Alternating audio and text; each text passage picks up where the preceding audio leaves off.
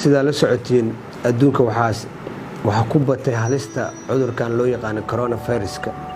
oo maalinta ka sii dambeysay si xooli ah ku socdo wadamo cusubna maalin ka sii dambeysay uu sii gaaray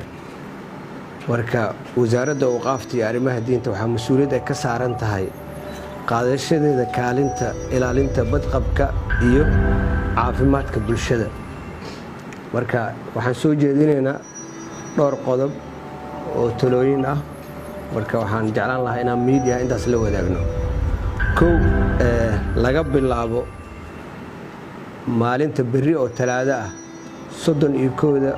bisha 3 2020 waxaan si rasmi ah u fasaxnay dugsiyada barashada quraanka kariimka iyo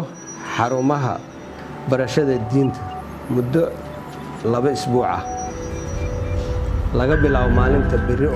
oo talaado ah oo 31 bisha Maars 2020 labo in macallimiinta ay quraan akhriska badiyaan guriyahooda ku akhriyaan taasna waa fareena sidoo kale waalidiinta inay ilaaliyaan xuquuqda macallimiinta taasna waa fareena saddex in dadka waxaan soo jeedin lahayn in dadka ay ku dukan karaan guriyahooda dadka inay guriyahooda ku dukan karaan oo soo jeedinayna maadaama ay habboon tahay isumaashaha in la yareeyo marka uu jiro cudurrada markay jiraan cudurrada faafa sida daacuunka cudurkan oo kale oo haddaanan aqoon oo nagu soo kordhay in la yareeyo isumaashaha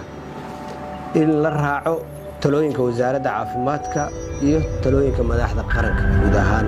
in la iska ilaaliyo meelaha dadka iskugu imaanayaan aan la iskugu imaanin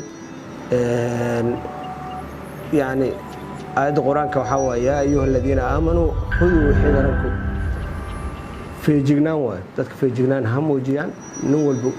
يعني قرقي سنول وده تذكر الناس كوي مالان إلا يرى تاسال السكيلان وقدام